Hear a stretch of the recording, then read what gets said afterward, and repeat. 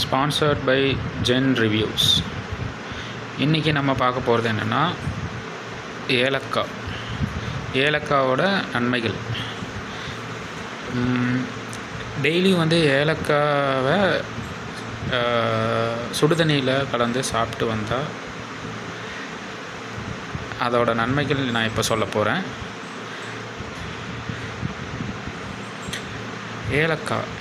ஏலக்காவை சாப்பிட்டு வந்தால் அந்த தண்ணியை நீங்கள் டெய்லி குடிச்சிட்டு வந்தால் இந்த ப்ளட் ப்ரெஷர், இரத்த அழுத்தம் அது சீக்கிரம் சரியாயிடும்.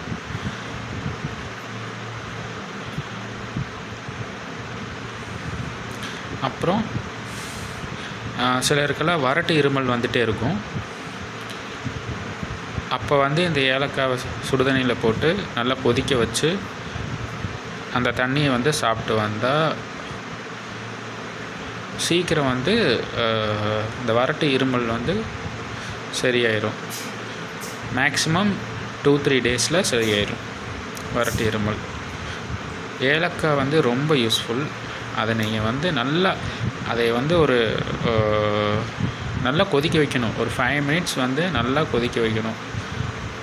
2 டம்ளர் தண்ணியில் அதை கலந்து நல்லா சுட வச்சு அதுக்கப்புறம் வடிகட்டி அதுக்கப்புறம் குடிக்கணும். அப்படி குடிச்சிட்டு வந்தால் ஏலக்காய் எல்லாம் கரையணும். அதெல்லாம் கரைஞ்சதுக்கப்புறம் குடித்தா உங்களுக்கு அந்த பயன் உங்களுக்கு சீக்கிரம் தெரியும்.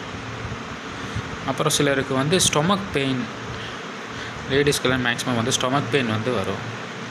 அந்த டைம்லையும் நான் சொல்கிற இந்த ரெமெடியை நீங்கள் ஃபாலோ பண்ணிங்கன்னா சீக்கிரம் க்யூர் ஆயிரும். கொஞ்சம் கொஞ்சமாக அந்த வயிறு எரிச்சல், அந்த நெஞ்சு கரிப்புன்னு சொல்லுவாங்கள்ல, அந்த ஏப்பை இருக்கிறது, ஸோ அதெல்லாம் ரெடியூஸ் ஆகும் இந்த ரெமெடி நீங்கள் ஃபாலோ பண்ணிங்கன்னா. குடல் புண்ணு, வயிறு புண்ணு, வயிறு எரிச்சல், அப்புறம் மோஷன் போகிறது கொஞ்சம் சிரமப்படுறது, இதெல்லாமே இந்த ஏலக்காய் மேக்ஸிமம் சரி பண்ணிடும். 100க்கு 80% சரியாயிடும் ஷோராக. ஸோ நான் சொன்ன இந்த ரெமெடியை நீங்கள் கண்டிப்பாக ஃபாலோ பண்ணணும்.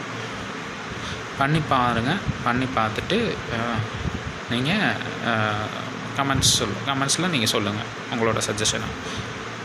Okay, thank you, by.